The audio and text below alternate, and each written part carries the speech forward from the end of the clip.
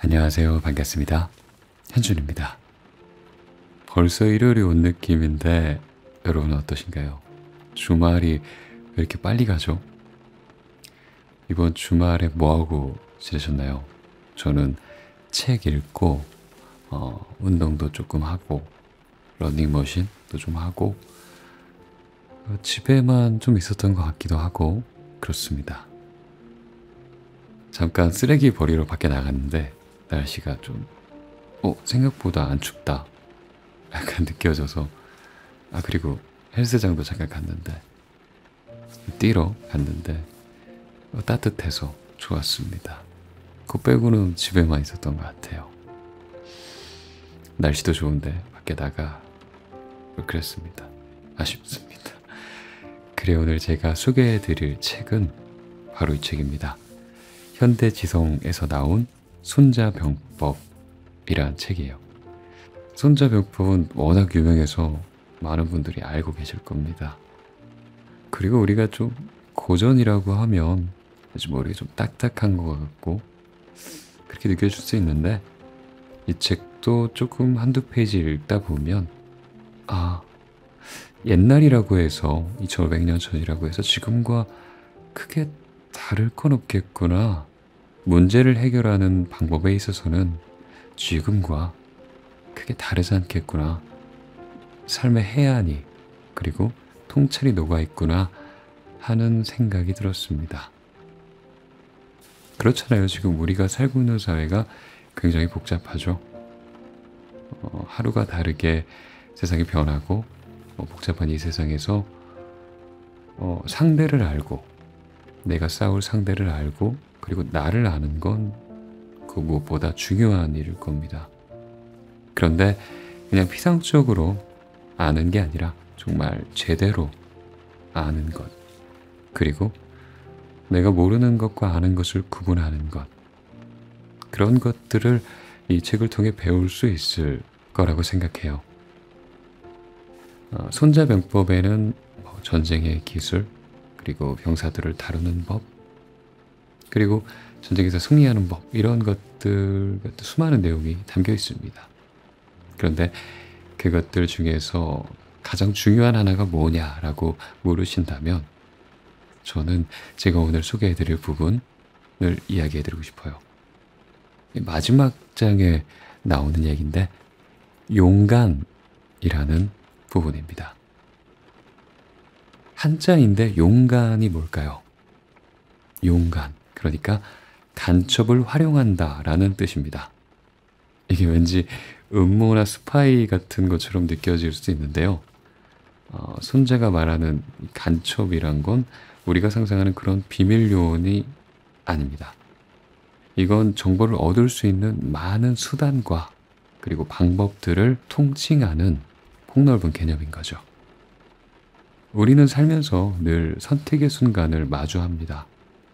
나의 진로를 결정한다거나 취업을 결정한다거나 나의 집을 어디 살까 고민한다거나 하는 그런 큰 결정도 있지만 오늘 밤에 저녁에 뭘 먹을까 하는 작은 선택의 순간도 있을 겁니다. 이 모든 결정의 순간들의 퀄리티를 높여주는 것이 바로 정보다라고 이 책은 이야기하고 있습니다. 우리가 아는 것이 중요하다. 그렇잖아요. 우리가 어떤 투자를 할 때도 남들보다 한 발 앞서서 이 분야가 정말 나중에 미래 먹거리 산업이 될 것 같아 라는 걸 공부를 통해서 알게 됐다면 불안해지지 않죠. 그런데 그냥 남들이 하니까 이렇게 해야 되는 건가? 하고 따라가는 사람은 하루하루가 되게 불안하고 걱정투성이겠죠. 그리고 결과적으로 누가 더 안정적이고 성공적인 결과를 얻을지는 어떻게 보면 뻔하게 우리는 알 수 있을 겁니다. 손자는 이 책을 통해 바로 그 지점을 이야기하고 있습니다. 괜히 힘든 싸움을 하거나 불필요한 비용과 시간을 낭비하지 마라. 싸우지 않고 이기는 것이 그것이 최고의 승리다. 그러기 위해서는 적을 나보다 더 잘 알아야 한다 라고 말합니다. 그래요. 우리는 뭔가를 안다면 위험을 피할 수 있고 아주 적은 노력으로도 큰 효과를 볼 수 있을 겁니다. 아는 것이 힘이다. 그것이 바로 손자가 우리에게 가르쳐주는 지혜로운 삶의 방식일 거라 생각해요. 그래요. 이번 주도 고생 많으셨습니다. 편안한 밤 되시고 좋은 꿈 꾸시길 바라겠습니다. 잘 자요. 안녕. 용간. 아는 것이 힘이다. 용간은 간자, 즉 간첩이나 첩자를 활용한다는 뜻이다. 손자병법의 마지막 장인 용간은 일반적으로 간자 활용의 원칙을 기술한 장으로 해석되지만 궁극적인 초점은 전쟁 전에 적의 사정을 미리 파악하는 정보전의 중요성에 맞춰져 있다. 여기서 간은 결국 사람만이 아닌 정보를 매개하는 모든 통로라고 볼 수 있다. 전쟁에서 승패를 가르는 핵심은 다름 아닌 상대방보다 먼저 하는 것, 즉 선지에 있다. 간자는 선지를 얻는 전통적이고 중요한 수단이다. 그러나 반드시 첩자만을 통해 간자가 이루어지는 것은 아니다. 예컨대 이윤과 광태공 같은 인물은 비록 첩자는 아니었지만 자신의 식견과 판단을 통해 상대국의 상황을 꿰뚫어 봄으로써 선지를 가능하게 했다. 손자병법은 이렇듯 정보의 획득과 활용을 전략 개념으로 체계화한 최초의 저작이기도 하다. 손자병법은 전편에 걸쳐 일관적으로 4가지 이상적 목표를 추구한다. 모공에서 다루었던 전과 지, 그리고 먼저 선과 좋을 선이다. 지는 용병의 기초이자 원리이다. 전쟁은 정확히 아는 것에서 출발하며 이를 놓치면 맹동에 빠지거나 주관적 착오를 범해 패망할 수 있다. 실제 교전 상황에서도 양측은 자신이 확보한 지를 바탕으로 전략과 전술을 세운다. 결국 승패는 누가 더 깊이, 누가 더 먼저 아는가에 달려있다. 손자병법에는 지라는 글자가 모두 79번 등장한다. 그 중에서도 가장 잘 알려진 건 이 책의 사상 전체를 관통하는 핵심 구절, 지피지기 백전불태이다. 적을 모르고 나를 모르면 싸울 때마다 위태롭지만 적을 알고 나를 알면 결코 위태로워지지 않는다. 여기서 지는 조건을 헤아리고 사전에 승패를 계산하는 계, 판단을 토대로 세운 계책을 가리키는 모, 이들을 실행으로 옮기는 통찰을 말하는 지까지 포괄하는 전략적 지혜이다. 그러나 이것만으로는 승리를 담보할 수 없다. 지의 토대 위에서 적확한 계략이 운용될 때, 정보의 우세가 전투력으로 전환될 때 비로소 승리를 거둘 수 있다. 저는 온전히 보존하다라는 뜻이다. 손자병법에서 저는 손자의 이상적 목표가 담긴 개념으로 불필요한 피해를 최소화하고 국가와 군대를 보존하는 온전함을 의미한다. 손자가 강조하는 저는 지와도 밀접하게 연결된다. 정확히 알아야 온전히 보존할 수 있고 둘이 결합할 때 비로소 전무를 세워 전승을 이룰 수 있기 때문이다. 따라서 저는 지혜의 실현이자 귀결이라 할 수 있다. 선, 먼저 선. 같은 지라도 무엇보다 중요한 것은 먼저 하는 것, 즉 선지이다. 적보다 한 발 앞서하는 것이야말로 승리의 관건이다. 손자는 말한다. 전쟁을 시작하기 전에 치밀한 묘산으로 유리한 조건과 불리한 조건을 충분히 평가하면 전쟁에서 승리한다. 승자는 먼저 필승의 형세를 갖춘 뒤에야 싸움을 시작하지만 패자는 싸움부터 버려놓고 그제야 승리를 바라본다.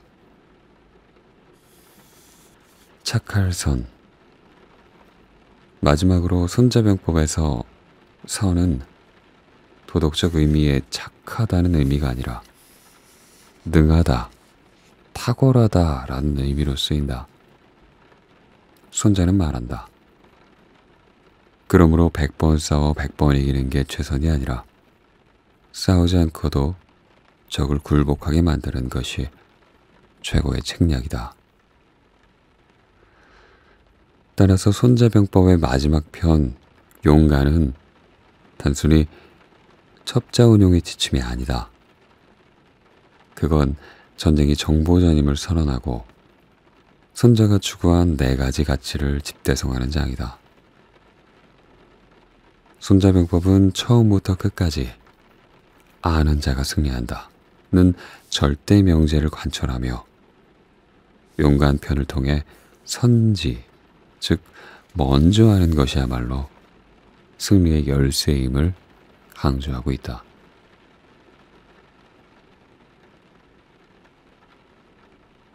적정을 꿰뚫으면 승리가 보인다. 손자는 말한다. 10만 병사를 일으켜 천리를 출정하면 백성의 부담과 국가의 지출로 날마다 막대한 자금이 소모된다. 국내외가 모두 동란에 휩싸이고 군수물자를 운반하느라 지친 사람들이 길거리에 쓰러져 농사를 짓지 못하는 집이 채십만 호에 이른다. 이처럼 수년간 전쟁을 이어가는 것은 결국 단 하루의 승리를 얻기 위함이다. 그런데 만약 벼슬과 금전에 인색하여 간자를 중용하지 않아 적정을 알아내지 못하고 그로 인해 전쟁에서 실패한다면 이는 인덕이 지극히 없는 일이다. 그런 자는 군대를 이끌 좋은 장수가 아니고 군주를 보필할 좋은 신하도 아니며 전쟁에서 승리를 거둘 수 있는 좋은 군주가 아니다. 지혜로운 군주와 뛰어난 장수는 한번 출정하면 반드시 승리를 거두고 그 업적이 사람을 능가하는 까닭은 바로 사전에 이미 적정을 파악하고 있기 때문이다.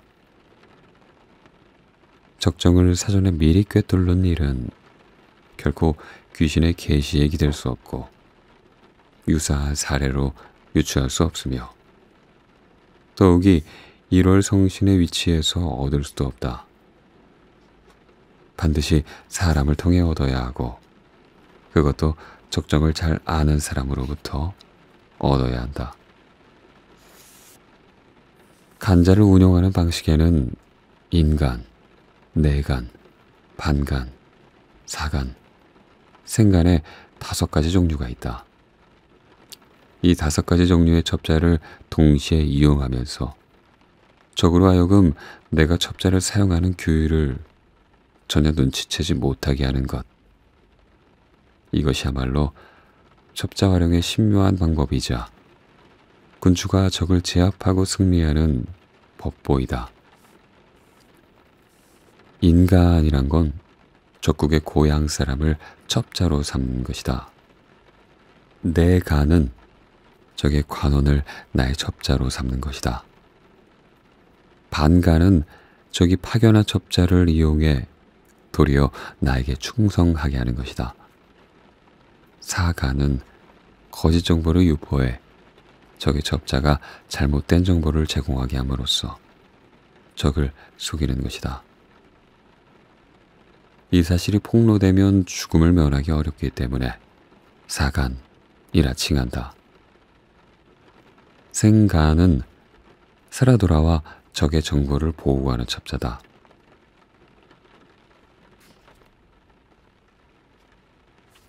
상대 세력을 포섭해 격파하다.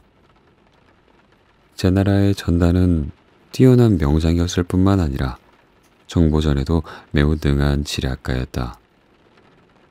특히 그는 첩자 운용에 뛰어났으며 이를 통해 전황을 유리하게 이끌었다. 당시 제나라와 전쟁을 벌이고 있던 연나라의 장군은 명장으로 유명한 악이었다.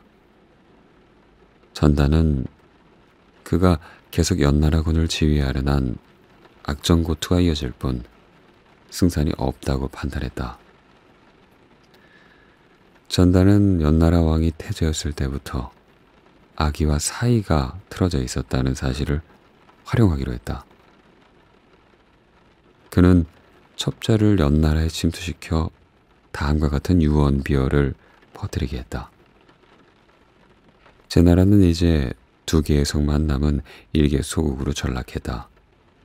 그런데 악의는 겉으론 제나라를 토벌하겠다고 말하면서도 속으로는 제나라와 연합하여 자신이 제나라의 왕이 되려는 음모를 꾸미고 있다. 중목 지역도 마음만 먹으면 즉시 평정할 수 있는데 일부러 공격하지 않는 이유가 여기에 있다. 제나라가 지금 가장 두려워하는 건 연나라가 악의 대신에 다른 장수를 파견하는 것이다. 이 소문은 삽시간에 연나라 시중으로 퍼져나갔다. 이를 들은 연나라 왕 해왕은 악의를 의심한 나머지 그를 해임하고 대신 기겁을 새로운 장군으로 임명했다. 한편 악의는 자신이 해왕의 의심을 사게 되었음을 알았다. 그는 만약 귀국하면 반드시 죽임을 당할 것이 두려워 결국 조나라에 투항했다. 이렇게 명장 악의가 전쟁의 전면에서 사라지자 연나라 군대의 전력은 크게 약화되었다. 전단은 이 틈을 놓치지 않고 즉시 반격에 나서 연나라 군대를 몰아내고 제나라를 보위할 수 있었다. 이로써 전단은 정보전으로 적장을 제거하고 승리를 거둔 대표적인 인물로 기록되었다.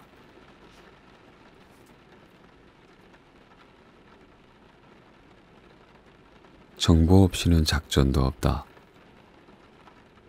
그러므로 군대 인사 가운데 첩자보다 친밀한 사람이 없고 첩자에게 주는 상보다 더 후한 상이 없으며 첩자를 운용하는 것만큼 비밀스러운 일도 없다.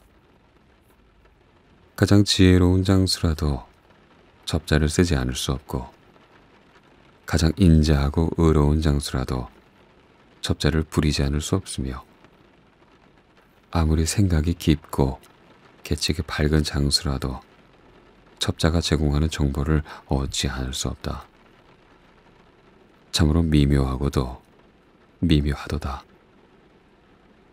작전 과정에서 첩자를 쓸 수 없는 시기와 장소란 존재하지 않는다. 만약 첩자의 활동이 시작되지도 않았는데 첩자를 운용한다는 사실이 폭로되면 첩자뿐 아니라 내부 사정을 아는 사람은 모두 죽음을 면할 수 없다. 적군을 공격하거나 적의 성읍을 점령하거나 적국의 특정 인물을 척살해야 한다면 먼저 반드시 적의 수배자와 함께 그 측근 인물, 보고 책임자, 성문을 지키는 수문장, 문객, 막루 등의 정보를 파악해야 하므로 첩자에게 이들을 정탐하도록 지시해야 한다. 적군이 파견하여 우리 쪽 정황을 정탐하는 첩자는 반드시 잡아내야 하고 상황에 따라 후한 대우와 금전으로 매수하여 교도한 뒤 임무를 맡겨 본국으로 돌려보내면 그들을 반간으로 활용할 수 있다. 또한 반간을 통해 적정을 알아내고 인간과 내간을 얻어 운용할 수 있다. 반간이 제공한 정보를 근거로 사간을 활용해 적에게 거짓 정보를 흘릴 수도 있다. 반간을 통해 얻은 정보 덕분에 위험을 피할 수 있게 된 생간 역시 기한에 맞춰 돌아와 적정을 보고할 수 있다. 이 5종류의 첩자 운용에 대해 군주는 반드시 모든 것을 알고 있어야 한다. 정황 파악의 관건은 반간의 운용에 달려 있으므로 그 반간을 가장 후하게 대우하지 않을 수 없다. 옛날에 은나라가 흥성한 건 성탕이 하나라의 정황을 잘 아는 이윤을 중요했기 때문이고, 주나라가 흥성한 건 주무왕이 상나라의 정황을 잘 아는 강태공을 중용했기 때문이다. 그러므로 지혜로운 군주와 현능한 장수는 지모가 뛰어난 인물을 첩자로 활용할 수 있다면 반드시 큰 공업을 이뤄낼 수 있다.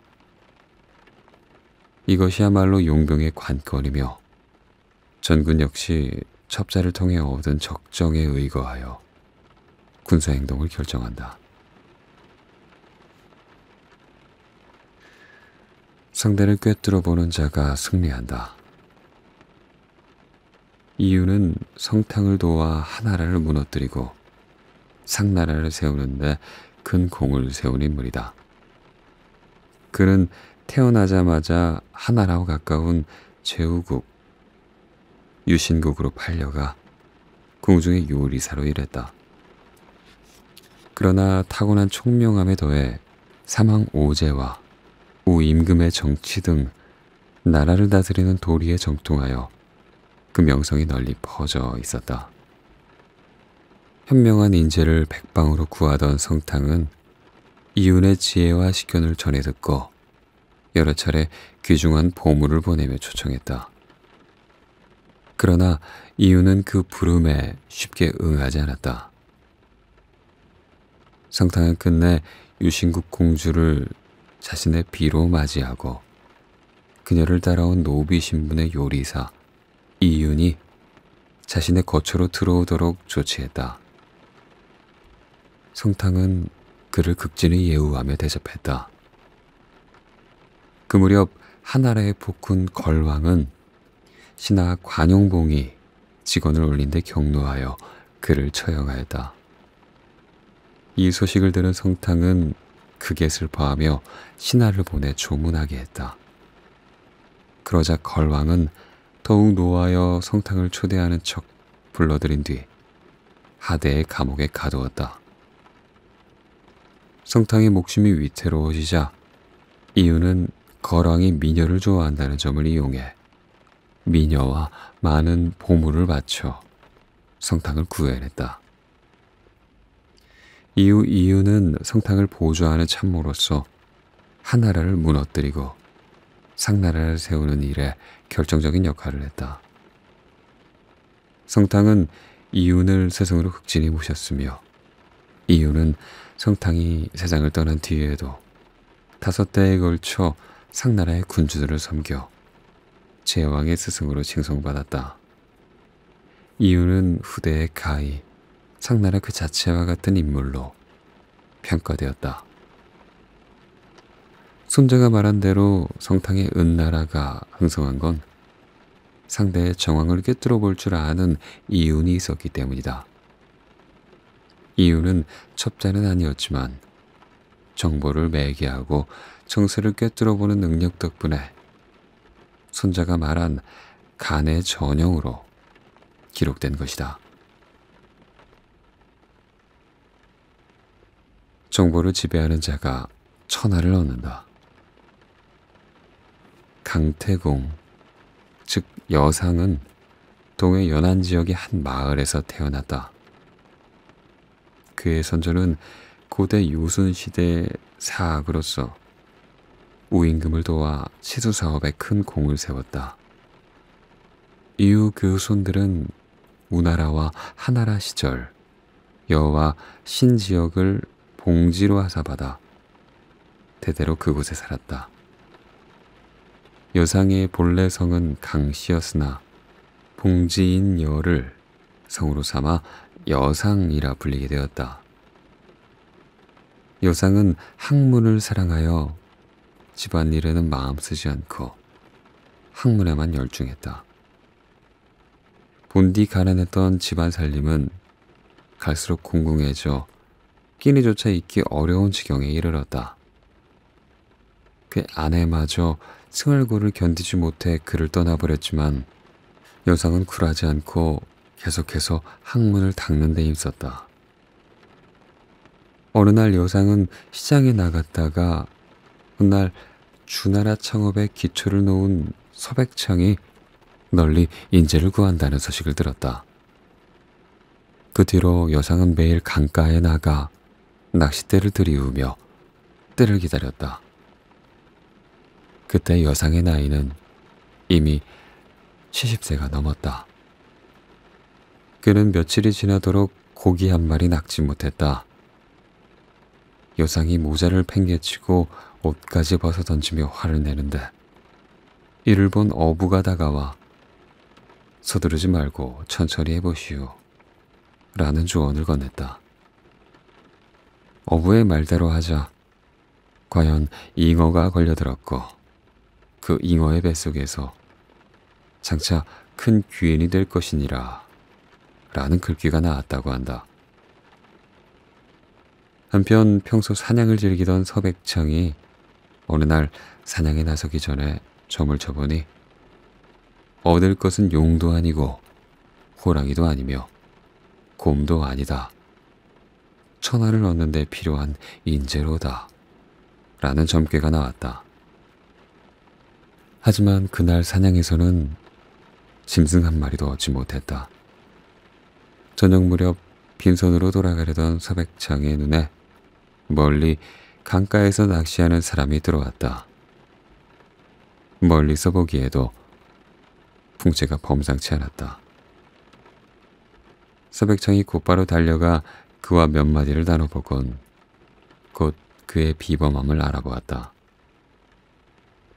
서백창은 아버님께서 머지않아 성인이 나타나 우리를 크게 흥하게 할 것이라 말씀하셨는데 당신이 바로 그분임이 틀림없습니다. 라며 여상을 스승으로 삼았다.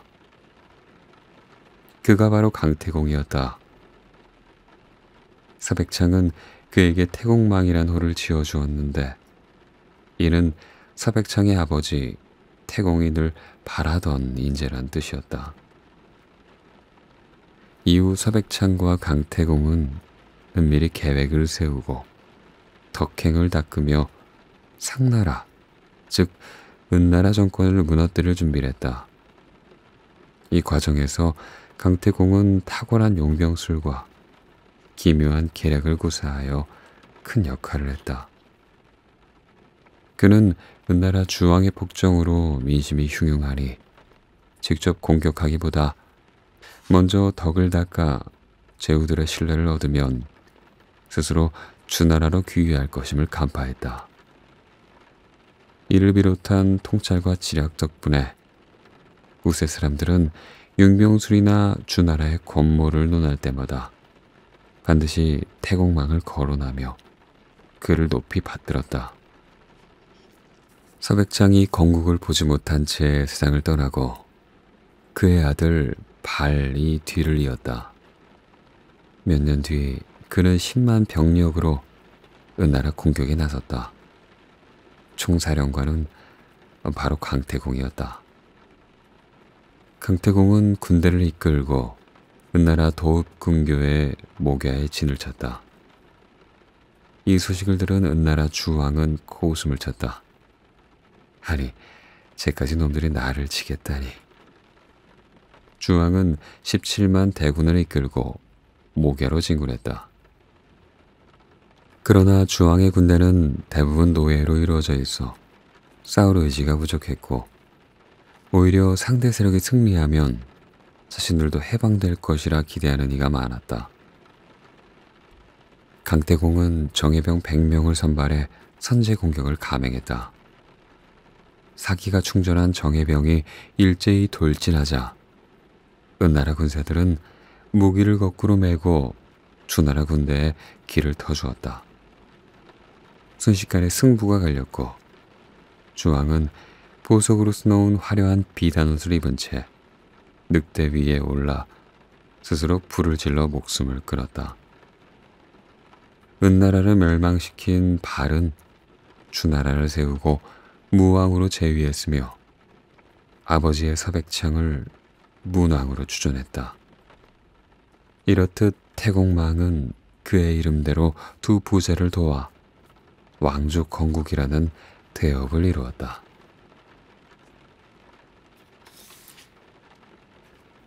적진에 숨긴 아군으로 승리를 이끌다. 중국 위진 남북조 시대, 천하는 북쪽의 전진과 남쪽의 동진으로 나뉘어 있었다. 하지만 군사력으로 보자면 전진이 훨씬 우세였고, 더구나 전진의 황제 부견은 국력을 비약적으로 강화한 영민하고 강력한 군주였다. 부견 곁에는 걸출한 참모 왕맹이 있었다. 왕맹은 여러 차례 다른 왕조로부터 입걸 요청을 받았지만 응하지 않다가 부견의 인품을 알아보고 기꺼이 그의 참모가 되었다. 왕맹은 조정에 들어온 지 수십일도 되지 않아 호족들의 횡포와 부정부패를 단호히 척결했다. 이제까지는 그들의 하늘 높은 줄 모르는 권세에 아무도 시도하지 못했던 일이었다. 왕맹은 큰 죄를 저지른 호족 20여 명을 체포해 처형하고 저잣거리에 목을 걸어놓음으로써 백성들의 신뢰를 얻고 국가의 기강을 바로잡았다. 이어서 그는 군대 개혁, 교육, 진흥, 수리시설 정비, 농업과 양잠 육성 등에 힘썼고 전진은 순식간에 강대국으로 발돋움했다. 부견은 왕맹이 자신 곁에 있음을 무척 기뻐하며 종종 이렇게 말했다. 총나라 유비에게 제갈량이 있었다면 나에게는 왕맹이 있도다.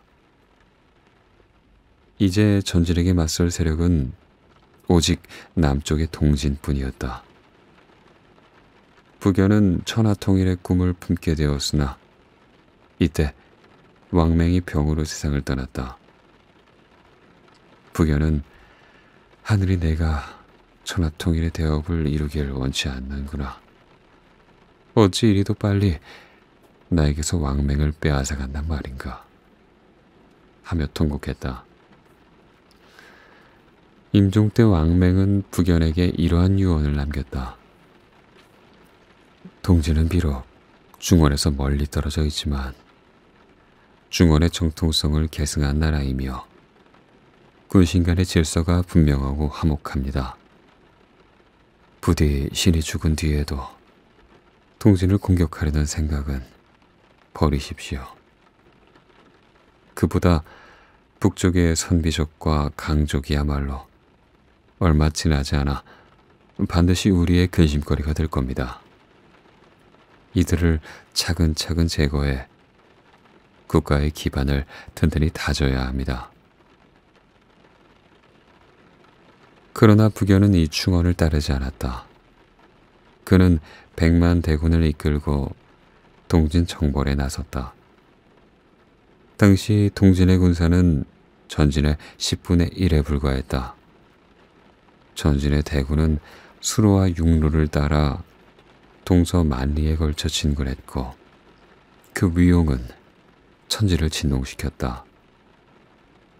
이윽고 전진과 동진의 양군은 비수라는 강을 사이에 두고 서로 대치했다. 이로써 비수대전이 시작되었다. 전진의 군대는 초반에 수양성을 공격해 승전보를 울렸다. 이때 동진의 선봉 부대는 군량 부족으로 극한 상황에 몰려 있었다. 이를 간파한 부견은 동진군의 항복을 권유하기 위해 주서 장군을 보냈다. 그런데 주서는 원래 동진의 장군이었으나 이전 전투에서 패해 전진의 포로가 되어 부견 휘하로 들어간 인물이었다. 그의 몸은 비록 부견 곁에 있었지만 마음은 여전히 고국 동진에 있었다. 동진 진역에 도착한 주서는 동진 장군들에게 이렇게 고백했다. 전진의 100만 군사는 아직 결속력이 약합니다. 이들이 결집하면 승산이 없어집니다. 그러니 지금 기회를 놓치지 말고 기습해야 합니다. 저도 내부에서 호응하겠습니다. 며칠 후 동진군은 기습을 감행했다. 이 전투에서 전진군 5만 명이 크게 패했고 서로 앞다투어 패퇴하는 과정에서 1만 5천여 명의 병사가 물에 빠져 죽고 말았다. 동진군은 이 기세를 타고 계속 진격했다. 이러한 상황을 보고받은 부견은 수양성에 올라 동진 진영을 살펴보았다. 동진의 진지는 정연하여 한치의 빈틈도 없었다. 부견이 눈을 돌려 팔공산을 바라보니 바람에 흔들리는 초목조차 모두 동진군으로 보이는 듯했다. 며칠간의 대치가 이어졌다. 어느 날 전진 진영에 동진의 서찰이 날아들었다. 양군이 이렇게 강을 사이에 두고 대치해서야 싸움이 얼마나 길어질지 모를 일이오. 그것은 양군 모두에게 좋지 못하오. 그러니 만약 귀국에서 속전속결을 원한다면 조금만 후퇴해 주십시오. 우리가 강을 건넌 뒤 정정당당히 결전을 벌여 승패를 결정짓는 게 그게 어떻겠소. 전진의 장군들은 모두 말도 안 되는 소리라고 일축했다. 그러나 부견은 고개를 저으며 이렇게 말했다. 조금 후퇴하는 척했다가 저들이 강을 반쯤 건넜을 때 기병으로 돌격한다면 승리는 우리의 것이다. 이윽고 전진군은 생각대로 후퇴를 예시했다. 그런데 예상 못한 사태가 벌어졌다. 고향을 떠나 이국 만리 전쟁터로 끌려온 젊은이들이 앞다투어 도망치기 시작한 것이다. 이로써 동진군이 강을 반쯤 건넜을 때 그때 공격하겠다는 원래 계획은 단숨에 무너져 버렸다. 동진군이 맹추격해오고 전진군은 속수무책으로 달아났다. 부견은 군사를 돌이키려고 안간힘을 썼다. 그 순간 우리는 졌다. 어서 도망쳐라. 라는 고함 소리가 사방에서 터져나왔다. 주서가 부하들과 미리 짜고 벌인 일이었다. 개 한 마리가 그림자를 보고 짖으면 뭇 개들까지 덩달아 짖는 법이다. 이 고함 소리가 풀에 기름을 붓는 격이 되었다. 전진의 군사들은 바람 소리나 학이 우는 소리만 들어도 동진군이 뒤쫓아오는 소리인 줄 알고 허겁지겁 도망쳤다. 이 와중에 대부분의 병사가 굶주림과 추위에 시달리다가 죽음을 맞았다. 불과 3개월 전에 100만 대군의 위용을 자랑하며 당당하게 진군했던 부견은 불과 10만의 패잔병 속에 묻혀 궁궐로 돌아와야 했다. 이후 엎친 데 덮친 격으로 왕맹이 예견했듯 선비족과 강족이 반란을 일으켰다. 결국 부견은 살해당하고 전진 또한 멸망하고 말았다. 부견은 수십만 대군을 거느리고도 한 사람의 진심을 꿰뚫지 못해 천하통일의 기회를 잃었다. 손자는 이렇게 말했다. 군대 인사 가운데 첩자를 운용하는 것만큼 비밀스러운 일도 없다. 그러므로 지혜로운 군주와 현능한 장수는 지모가 뛰어난 인물을 접자로 활용할 수 있다면 반드시 큰 공업을 이뤄낼 수 있다. 이것이야말로 용병의 관건이다. 손자는 손자병법의 마지막 장에서 접자 운용을 용병의 관건으로 꼽으며 정보를 바탕으로 치밀한 계획을 세우고 전쟁에 신중히 임해야 한다는 점을 다시 한번 강조한다. 비수대전은 손자의 가르침이 실전에서 증명된 사건이다. 전진의 포로가 된 주선은 비록 적이 파견한 첩자는 아니었지만 고국 통진을 위하는 마음으로 반간처럼 움직였다. 결국 그의 존재는 거대한 적군을 허물어뜨리는 불씨가 되었다. 부견은 왕명의 해안을 알아보지 못하고 전쟁을 좌우하는 정보를 제대로 다스리지 못해 몰락하고 말았다. 이는 전쟁의 승패가 무력의 크고 작음이 아니라 사람의 마음을 꿰뚫고 적의 의도를 통찰하는 힘에 달려 있음을 분명하게 보여준다.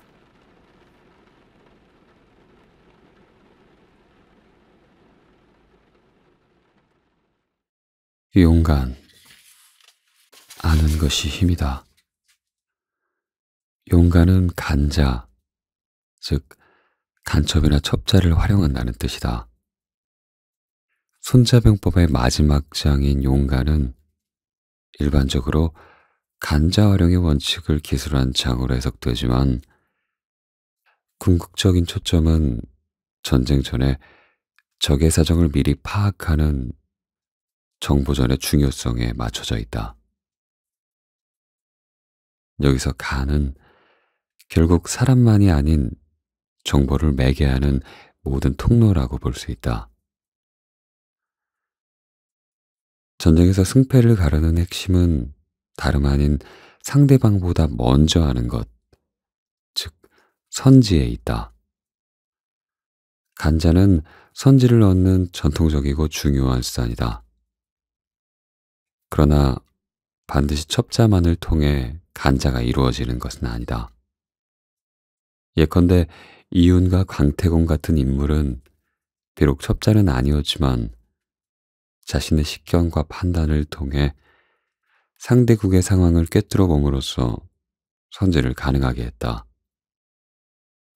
손자병법은 이렇듯 정보의 획득과 활용을 전략 개념으로 체계화한 최초의 저작이기도 하다. 손자병법은 전편에 걸쳐 일관적으로 4가지 이상적 목표를 추구한다. 모공에서 다루었던 전과 지, 그리고 먼저 선과 좋을 선이다. 지는 용병의 기초이자 원리이다. 전쟁은 정확히 아는 것에서 출발하며 이를 놓치면 맹동에 빠지거나 주관적 착오를 범해 패망할 수 있다. 실제 교전 상황에서도 양측은 자신이 확보한 지를 바탕으로 전략과 전술을 세운다. 결국 승패는 누가 더 깊이, 누가 더 먼저 아는가에 달려있다. 손자병법에는 지라는 글자가 모두 79번 등장한다. 그 중에서도 가장 잘 알려진 건 이 책의 사상 전체를 관통하는 핵심 구절, 지피지기 백전불태이다. 적을 모르고 나를 모르면 싸울 때마다 위태롭지만 적을 알고 나를 알면 결코 위태로워지지 않는다. 여기서 지는 조건을 헤아리고 사전에 승패를 계산하는 개, 판단을 토대로 세운 계책을 가리키는 모, 이들을 실행으로 옮기는 통찰을 말하는 지까지 포괄하는 전략적 지혜이다. 그러나 이것만으로는 승리를 담보할 수 없다. 지의 토대 위에서 적확한 계략이 운용될 때 정보의 우세가 전투력으로 전환될 때 비로소 승리를 거둘 수 있다.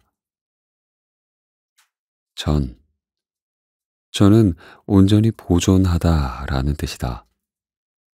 손자병법에서 저는 손자의 이상적 목표가 담긴 개념으로 불필요한 피해를 최소화하고 국가와 군대를 보존하는 온전함을 의미한다. 손자가 강조하는 저는 지와도 밀접하게 연결된다. 정확히 알아야 온전히 보존할 수 있고, 둘이 결합할 때 비로소 전모를 세워 전승을 이룰 수 있기 때문이다. 따라서 저는 지혜의 실현이자 귀결이라 할 수 있다. 선, 먼저 선. 같은 지라도 무엇보다 중요한 것은 먼저 하는 것, 즉 선지이다. 적보다 한 발 앞서하는 것이야말로 승리의 관건이다. 손자는 말한다.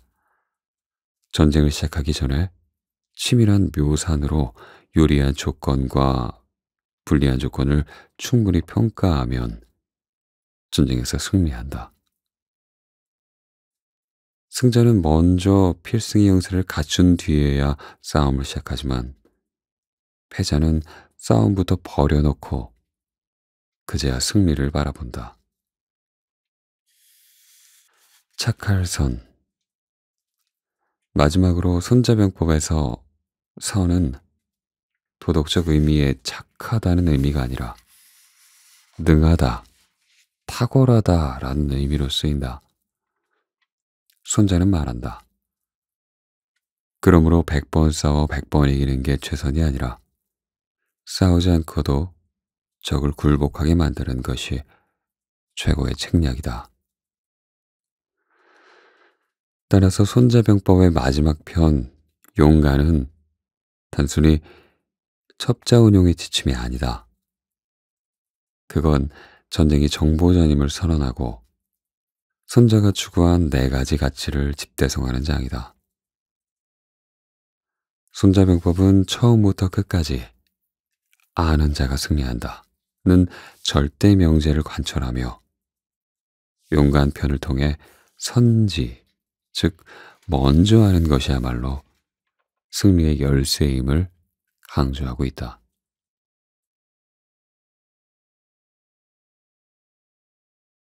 적정을 꿰뚫으면 승리가 보인다. 손자는 말한다. 10만 병사를 일으켜 천리를 출정하면 백성의 부담과 국가의 지출로 날마다 막대한 자금이 소모된다. 국내외가 모두 동란에 휩싸이고 군수물자를 운반하느라 지친 사람들이 길거리에 쓰러져 농사를 짓지 못하는 집이 채십만 호에 이른다. 이처럼 수년간 전쟁을 이어가는 것은 결국 단 하루의 승리를 얻기 위함이다. 그런데 만약 벼슬과 금전에 인색하여 간자를 중용하지 않아 적정을 알아내지 못하고 그로 인해 전쟁에서 실패한다면 이는 인덕이 지극히 없는 일이다. 그런 자는 군대를 이끌 좋은 장수가 아니고 군주를 보필할 좋은 신하도 아니며 전쟁에서 승리를 거둘 수 있는 좋은 군주가 아니다. 지혜로운 군주와 뛰어난 장수는 한번 출정하면 반드시 승리를 거두고 그 업적이 사람을 능가하는 까닭은 바로 사전에 이미 적정을 파악하고 있기 때문이다. 적정을 사전에 미리 꿰뚫는 일은 결코 귀신의 계시에 기댈 수 없고 유사한 사례로 유추할 수 없으며 더욱이 1월 성신의 위치에서 얻을 수도 없다. 반드시 사람을 통해 얻어야 하고 그것도 적정을 잘 아는 사람으로부터 얻어야 한다. 간자를 운용하는 방식에는 인간, 내간, 반간, 사간, 생간의 5가지 종류가 있다. 이 5가지 종류의 첩자를 동시에 이용하면서 적으로 하여금 내가 첩자를 사용하는 규율을 전혀 눈치채지 못하게 하는 것. 이것이야말로 첩자 활용의 신묘한 방법이자 군주가 적을 제압하고 승리하는 법보이다. 인간이란 건 적국의 고향 사람을 첩자로 삼는 것이다. 내 간은 적의 관원을 나의 첩자로 삼는 것이다. 반간은 적이 파견한 첩자를 이용해 도리어 나에게 충성하게 하는 것이다. 사간은 거짓 정보를 유포해 적의 첩자가 잘못된 정보를 제공하게 함으로써 적을 속이는 것이다. 이 사실이 폭로되면 죽음을 면하기 어렵기 때문에 사간이라 칭한다. 생간은 살아 돌아와 적의 정보를 보호하는 첩자다.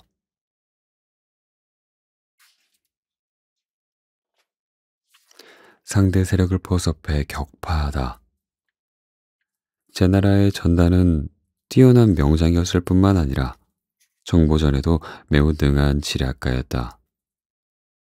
특히 그는 첩자 운용에 뛰어났으며 이를 통해 전황을 유리하게 이끌었다. 당시 제 나라와 전쟁을 벌이고 있던 연나라의 장군은 명장으로 유명한 악이었다.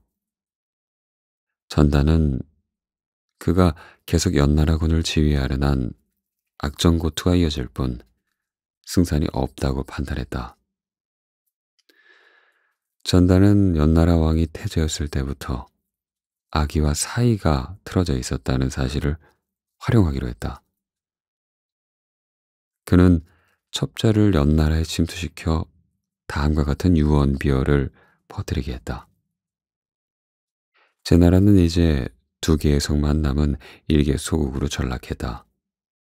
그런데 악의는 겉으론 제 나라를 토벌하겠다고 말하면서도 속으로는 제 나라와 연합하여 자신이 제 나라의 왕이 되려는 음모를 꾸미고 있다. 중국 지역도 마음만 먹으면 즉시 평정할 수 있는데 일부러 공격하지 않는 이유가 여기에 있다. 제 나라가 지금 가장 두려워하는 건 연나라가 악의 대신에 다른 장수를 파견하는 것이다. 이 소문은 삽시간에 연나라 시중으로 퍼져나갔다.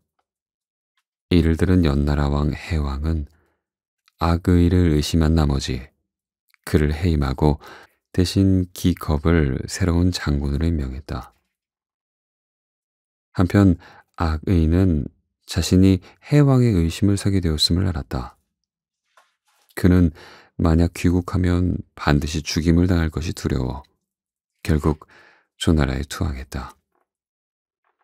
이렇게 명장 악의가 전쟁의 전면에서 사라지자 연나라 군대의 전력은 크게 약화되었다.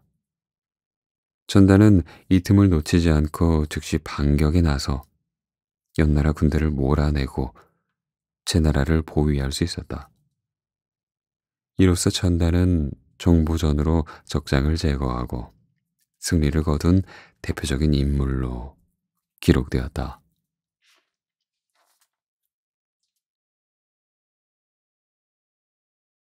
정보 없이는 작전도 없다.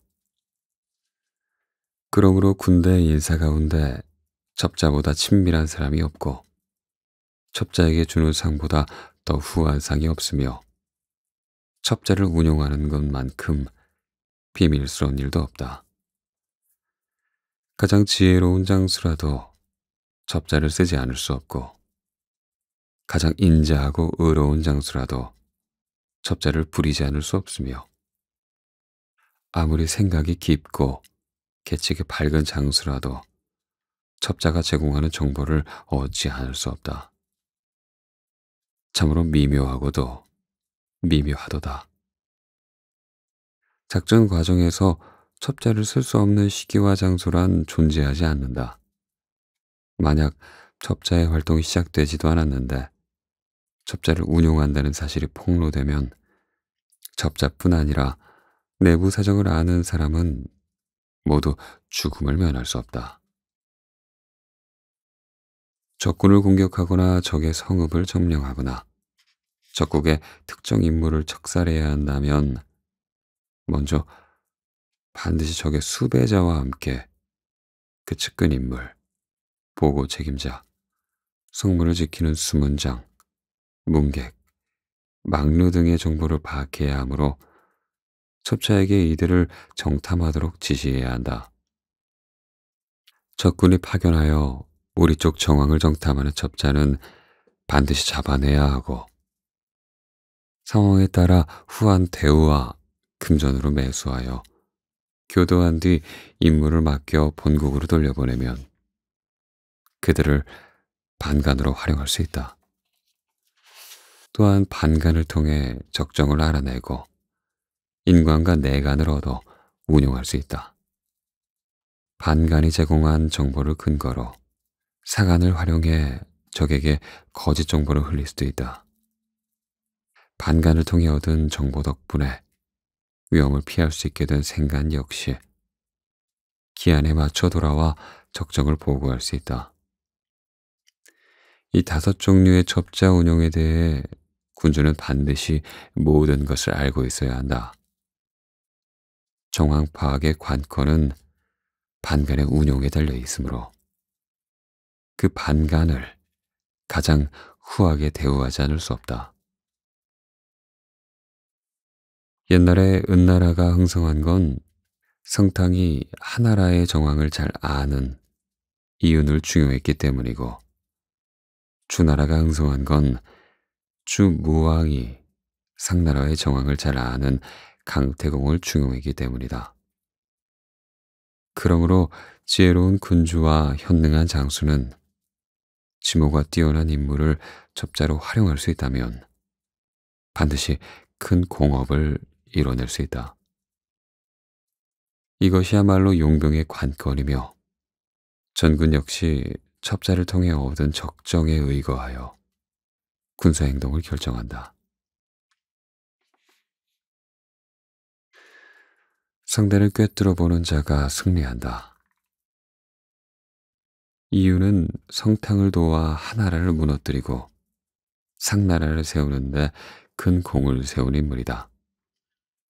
그는 태어나자마자 하나라와 가까운 제후국, 유신국으로 팔려가 궁중의 요리사로 일했다. 그러나 타고난 총명함에 더해 사망 오제와 우임금의 정치 등 나라를 다스리는 도리에 정통하여 그 명성이 널리 퍼져 있었다.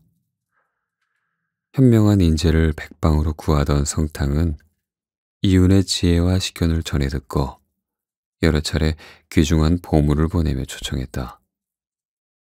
그러나 이윤은 그 부름에 쉽게 응하지 않았다. 성탕은 끝내 유신국 공주를 자신의 비로 맞이하고 그녀를 따라온 노비 신분의 요리사 이윤이 자신의 거처로 들어오도록 조치했다. 성탕은 그를 극진히 예우하며 대접했다. 그 무렵 하나라의 폭군 걸왕은 신하 관용봉이 직원을 올린 데 경노하여 그를 처형하였다. 이 소식을 들은 성탕은 크게 슬퍼하며 신하를 보내 조문하게 했다. 그러자 걸왕은 더욱 노하여 성탕을 초대하는 척 불러들인 뒤 하대의 감옥에 가두었다. 성탕의 목숨이 위태로워지자 이유는 걸왕이 미녀를 좋아한다는 점을 이용해 미녀와 많은 보물을 바쳐 성탕을 구해냈다. 이후 이유는 성탕을 보조하는 참모로서 하나라를 무너뜨리고 상나라를 세우는 일에 결정적인 역할을 했다. 성탕은 이윤을 스승으로 극진히 모셨으며 이윤은 성탕이 세상을 떠난 뒤에도 5대에 걸쳐 상나라의 군주들을 섬겨 제왕의 스승으로 칭송받았다. 이유는 후대의 가히 상나라 그 자체와 같은 인물로 평가되었다. 손자가 말한 대로 성탕의 은나라가 흥성한 건 상대의 정황을 꿰뚫어 볼 줄 아는 이윤이 있었기 때문이다. 이유는 첩자는 아니었지만 정보를 매개하고 정세를 꿰뚫어 보는 능력 덕분에 손자가 말한 간의 전형으로 기록된 것이다. 정보를 지배하는 자가 천하를 얻는다. 강태공, 즉 여상은 동해 연안 지역의 한 마을에서 태어났다. 그의 선조는 고대 요순 시대의 사학으로서 우임금을 도와 시수 사업에 큰 공을 세웠다. 이후 그 후손들은 우나라와 하나라 시절 여와 신 지역을 봉지로 하사받아 대대로 그곳에 살았다. 여상의 본래 성은 강씨였으나 봉지인 여를 성으로 삼아 여상이라 불리게 되었다.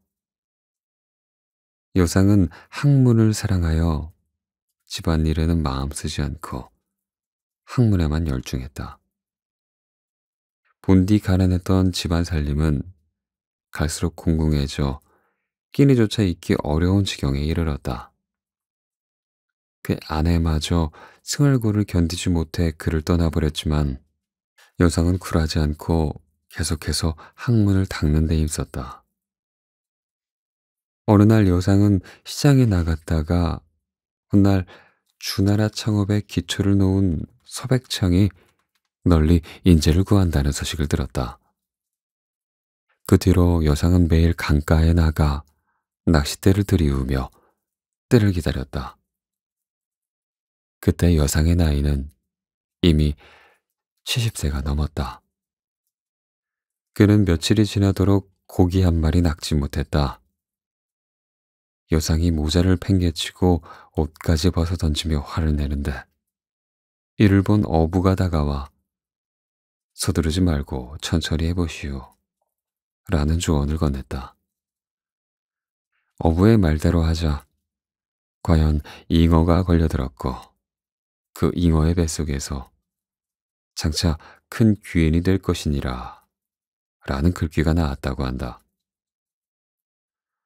한편 평소 사냥을 즐기던 서백창이 어느 날 사냥에 나서기 전에 점을 쳐보니 얻을 것은 용도 아니고 호랑이도 아니며 곰도 아니다. 천하를 얻는 데 필요한 인재로다 라는 점괘가 나왔다. 하지만 그날 사냥에서는 짐승 한 마리도 얻지 못했다.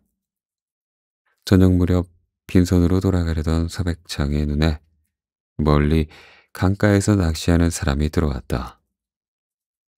멀리서 보기에도 풍채가 범상치 않았다. 서백창이 곧바로 달려가 그와 몇 마디를 나눠보곤 곧 그의 비범함을 알아보았다. 서백창은 아버님께서 머지않아 성인이 나타나 우리를 크게 흥하게 할 것이라 말씀하셨는데 당신이 바로 그분임이 틀림없습니다. 라며 여상을 스승으로 삼았다. 그가 바로 강태공이었다. 서백창은 그에게 태공망이란 호를 지어주었는데 이는 서백창의 아버지 태공이 늘 바라던 인재란 뜻이었다. 이후 서백창과 강태공은 은밀히 계획을 세우고 덕행을 닦으며 상나라, 즉 은나라 정권을 무너뜨릴 준비를 했다. 이 과정에서 강태공은 탁월한 용병술과 기묘한 계략을 구사하여 큰 역할을 했다. 그는 은나라 주왕의 폭정으로 민심이 흉흉하니 직접 공격하기보다 먼저 덕을 닦아 제후들의 신뢰를 얻으면 스스로 주나라로 귀위할 것임을 간파했다. 이를 비롯한 통찰과 지략 덕분에 우세 사람들은 윤병술이나 주나라의 권모를 논할 때마다 반드시 태공망을 거론하며 그를 높이 받들었다. 서백창이 건국을 보지 못한 채 세상을 떠나고 그의 아들 발이 뒤를 이었다. 몇 년 뒤 그는 10만 병력으로 은나라 공격에 나섰다. 총사령관은 바로 강태공이었다. 강태공은 군대를 이끌고 은나라 도읍군교의 목야에 진을 쳤다. 이 소식을 들은 은나라 주왕은 코웃음을 쳤다. 아니, 쟤까지 놈들이 나를 치겠다니. 주왕은 17만 대군을 이끌고 목야로 진군했다.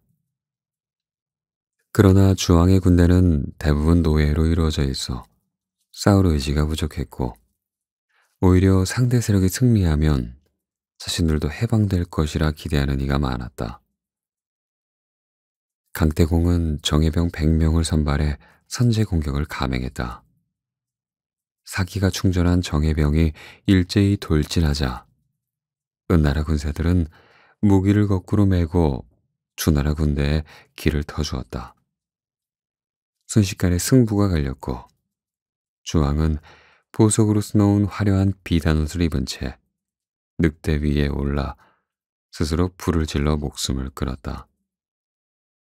은나라를 멸망시킨 발은 주나라를 세우고 무왕으로 재위했으며 아버지의 서백창을 문왕으로 추존했다. 이렇듯 태공망은 그의 이름대로 두 부자를 도와 왕조 건국이라는 대업을 이루었다.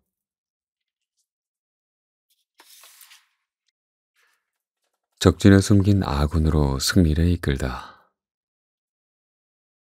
중국 위진 남북조 시대, 천하는 북쪽의 전진과 남쪽의 동진으로 나뉘어 있었다. 하지만 군사력으로 보자면 전진이 훨씬 우세였고 더구나 전진의 황제 부견은 국력을 비약적으로 강화한 영민하고 강력한 군주였다. 부견 곁에는 걸출한 참모 왕맹이 있었다. 왕맹은 여러 차례 다른 왕조로부터 입걸 요청을 받았지만 응하지 않다가 부견의 인품을 알아보고 기꺼이 그의 참모가 되었다. 왕맹은 조정에 들어온 지 수십일도 되지 않아 호족들의 횡포와 부정부패를 단호히 척결했다. 이제까지는 그들의 하늘 높은 줄 모르는 권세에 아무도 시도하지 못했던 일이었다. 왕맹은 큰 죄를 저지른 호족 20여 명을 체포해 처형하고 저잣거리에 목을 걸어놓음으로써 백성들의 신뢰를 얻고 국가의 기강을 바로잡았다. 이어서 그는 군대 개혁, 교육, 진흥, 수리시설 정비, 농업과 양잠 육성 등에 힘썼고 전진은 순식간에 강대국으로 발돋움했다. 부견은 왕맹이 자신 곁에 있음을 무척 기뻐하며 종종 이렇게 말했다. 총나라 유비에게 제갈량이 있었다면 나에게는 왕맹이 있도다. 이제 전진에게 맞설 세력은 오직 남쪽의 동진뿐이었다. 부견은 천하통일의 꿈을 품게 되었으나 이때 왕맹이 병으로 세상을 떠났다. 부견은 하늘이 내가 천하통일의 대업을 이루길 원치 않는구나. 어찌 이리도 빨리 나에게서 왕맹을 빼앗아간단 말인가 하며 통곡했다. 임종 때 왕맹은 부견에게 이러한 유언을 남겼다. 동진은 비록 중원에서 멀리 떨어져 있지만 중원의 정통성을 계승한 나라이며 군신 간의 질서가 분명하고 화목합니다. 부디 신이 죽은 뒤에도 동진을 공격하려는 생각은 버리십시오. 그보다 북쪽의 선비족과 강족이야말로 얼마 지나지 않아 반드시 우리의 근심거리가 될 겁니다. 이들을 차근차근 제거해 국가의 기반을 튼튼히 다져야 합니다. 그러나 부견은 이 충언을 따르지 않았다. 그는 100만 대군을 이끌고 동진 정벌에 나섰다. 당시 동진의 군사는 전진의 10분의 1에 불과했다. 전진의 대군은 수로와 육로를 따라 동서만리에 걸쳐 진군했고 그 위용은 천지를 진동시켰다. 이윽고 전진과 동진의 양군은 비수라는 강을 사이에 두고 서로 대치했다. 이로써 비수대전이 시작되었다. 전진의 군대는 초반에 수양성을 공격해 승전보를 울렸다. 이때 동진의 선봉 부대는 군량 부족으로 극한 상황에 몰려 있었다. 이를 간파한 부견은 동진군의 항복을 권유하기 위해 주서 장군을 보냈다. 그런데 주서는 원래 동진의 장군이었으나 이전 전투에서 패해 전진의 포로가 되어 부견 휘하로 들어간 인물이었다. 그의 몸은 비록 부견 곁에 있었지만 마음은 여전히 고국 동진에 있었다. 동진 진역에 도착한 주서는 동진 장군들에게 이렇게 고백했다. 전진의 100만 군사는 아직 결속력이 약합니다. 이들이 결집하면 승산이 없어집니다. 그러니 지금 기회를 놓치지 말고 기습해야 합니다. 저도 내부에서 호응하겠습니다. 며칠 후 동진군은 기습을 감행했다. 이 전투에서 전진군 5만 명이 크게 패했고 서로 앞다투어 패퇴하는 과정에서 1만 5천여 명의 병사가 물에 빠져 죽고 말았다. 동진군은 이 기세를 타고 계속 진격했다. 이러한 상황을 보고받은 부견은 수양성에 올라 동진 진영을 살펴보았다. 동진의 진지는 정연하여 한치의 빈틈도 없었다. 부견이 눈을 돌려 팔공산을 바라보니 바람에 흔들리는 초목조차 모두 동진군으로 보이는 듯했다. 며칠간의 대치가 이어졌다. 어느 날 전진 진영에 동진의 서찰이 날아들었다. 양군이 이렇게 강을 사이에 두고 대치해서야 싸움이 얼마나 길어질지 모를 일이오. 그것은 양군 모두에게 좋지 못하오. 그러니 만약 귀국에서 속전속결을 원한다면 조금만 후퇴해 주십시오. 우리가 강을 건넌 뒤 정정당당히 결전을 벌여 승패를 결정짓는 게 그게 어떻겠소. 전진의 장군들은 모두 말도 안 되는 소리를 하고 일축했다. 그러나 부견은 고개를 저으며 이렇게 말했다. 조금 후퇴하는 척했다가 저들이 강을 반쯤 건넜을 때 기병으로 돌격한다면 승리는 우리의 것이다. 이윽고 전진군은 생각대로 후퇴를 개시했다. 그런데 예상 못한 사태가 벌어졌다. 고향을 떠나 이국 만리 전쟁터로 끌려온 젊은이들이 앞다투어 도망치기 시작한 것이다. 이로써 동진군이 강을 반쯤 건넜을 때 그때 공격하겠다는 원래 계획은 단숨에 무너져 버렸다. 동진군이 맹추격해오고 전진군은 속수무책으로 달아났다. 부견은 군사를 돌이키려고 안간힘을 썼다. 그 순간 우리는 졌다. 어서 도망쳐라. 라는 고함 소리가 사방에서 터져 나왔다. 주서가 부하들과 미리 짜고 벌인 일이었다. 개 한 마리가 그림자를 보고 짖으면 뭇 개들까지 덩달아 짖는 법이다. 이 고함 소리가 풀에 기름을 붓는 격이 되었다.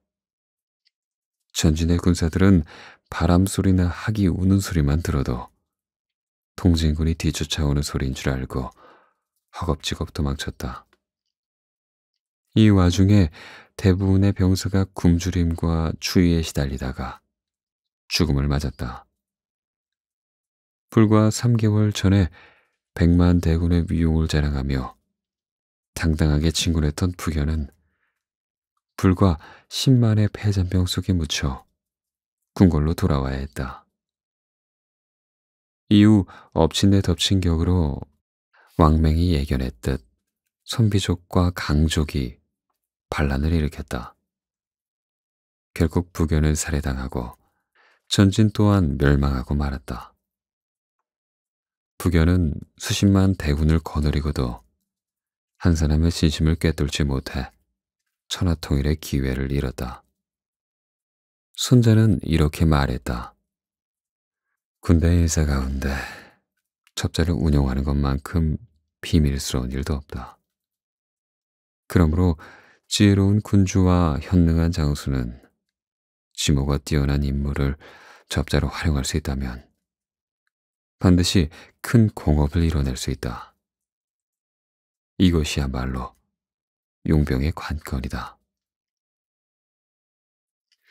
손자는 손자병법의 마지막 장에서 첩자 운용을 용병의 관건으로 꼽으며 정보를 바탕으로 치밀한 계획을 세우고 전쟁에 신중히 임해야 한다는 점을 다시 한번 강조한다.